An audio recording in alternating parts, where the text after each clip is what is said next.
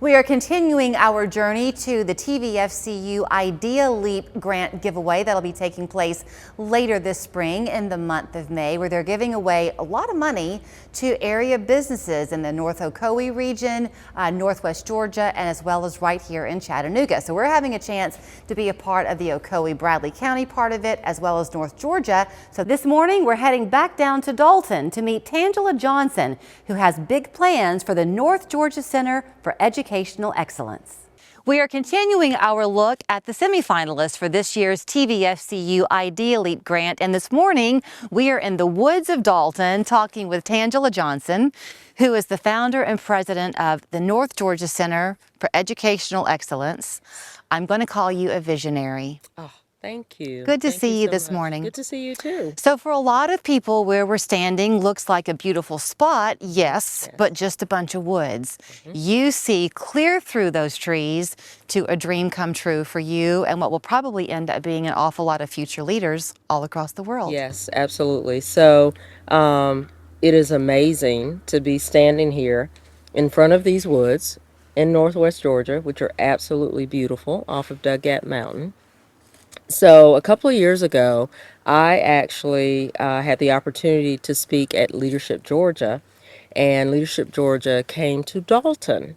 And so young leaders from all over the state came to learn about our community. And so I had volunteered to be a part of that, to just kind of help out and represent our community. And lo and behold, they asked me to close out that session at the end of their session. So unbeknownst to me, the person that spoke in front of me was Mr. Robert Shaw, founder of Shaw Industries and also Engineered Floors. So I closed out after he spoke, and I really just felt led that I needed to speak to that generation, and I did, and I received 2 standing ovations, and that shocked me. And afterwards, people would come up and say, "Hey, really love what you had to say." I am a 57-year-old millennial. I really, really connect with that generation and what they want and what they're looking for. And I also have a heart for Gen Z, the 20-somethings right now. How do they lead our world? How do they reimagine our systems, education, healthcare, any system, social system you can think of? Those young folks will lead us. So I feel a calling to help them do that. And that's what this center is going to provide. Exactly. So clearly other people share in that vision with you Yes. and in that belief with you, because you and your husband have kind of really stepped forward. You are not shy about saying in faith to see this come true, and other people are walking that walk with you. As you and I talk, there may be others watching this morning who feel like they want to support you in that journey. But there are people who don't maybe understand, Tangela, what you mean when you say the future and the connection you have with millennials and Gen Zers. I'm a parent of Gen Z. Yes. And so I understand it quite well, because they do see the world in a different way, Right. but it's not a wrong way. They just are embracing a different balance of life. Yes. If you look throughout history, it has always been the youth, the young folks, that make the substantive changes. And so millennials are going to lead Gen Z. And I really believe both of those 2 groups they will reshape the world that we will live in. And so when I'm 85, I want to be excited about how the world looks. And I believe investing in those 2 generations will move us forward. What about those years of COVID? Because especially for the Gen Zers, that's a marker in their life, and there's a life before and a life after.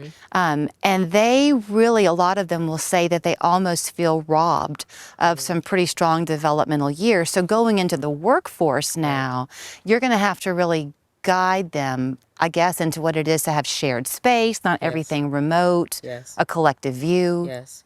So every generation is shaped by the things that happens to them, right? And so Gen Z, they're no different. Millennials are no different.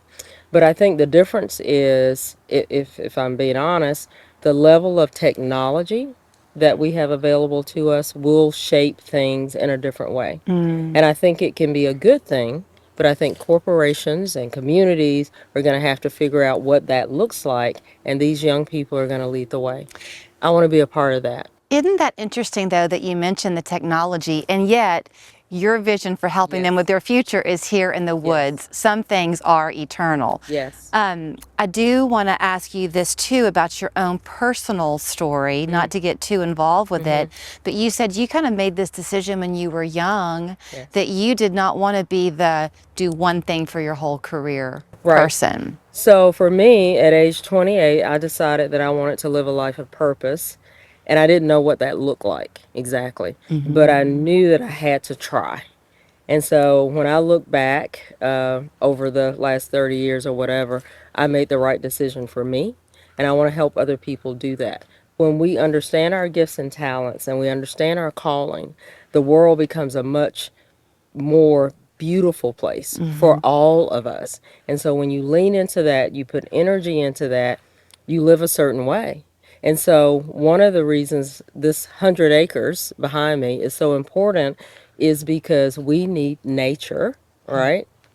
To slow down so we can speed up, so we can listen, so we can heal, so we can create. And so I'm a firm believer that being out in nature, and COVID taught us this, not being in isolation will help heal us as a group. What this center will provide is still a little bit unknown because you have a vision, Right. but you're going to let kind of time tell and let it grow as it kind of organically does. But you looked for this to be a worldwide draw. Absolutely. I was in South America last week, and so talked to all kinds of young folks, and they're like, when is it going to be ready? When is it going to be ready? I do actually have a vision. I have site plans and all of those things. So we're getting very, very close to being able to break ground, looking for investors. My husband and I have invested quite a bit of our own personal assets into this. So we need other people who believe that this is important to join us. I love the idea of a concept that you're willing to put your neck out there Yeah. on because you believe so much, not only in your vision, but the young people who are going to carry it forward. Absolutely, absolutely. You know, we're only on this earth for a very short period of time. Even if you live 100 years, it's still very short. So I feel like we all came here to do a work, and so we should be about that work. Then let me show you how you can get in touch with her if you are interested in helping her on that journey. It's the North Georgia Center for Educational Excellence. Thanks for your vision and good luck. Thank you. If you have a banking need, whether it's for a small business idea of your own, a mortgage or car loan, even a savings account for a new baby, TVFCU would love to help you. Online or in person, they're there to help. Learn more at tvfcu.com.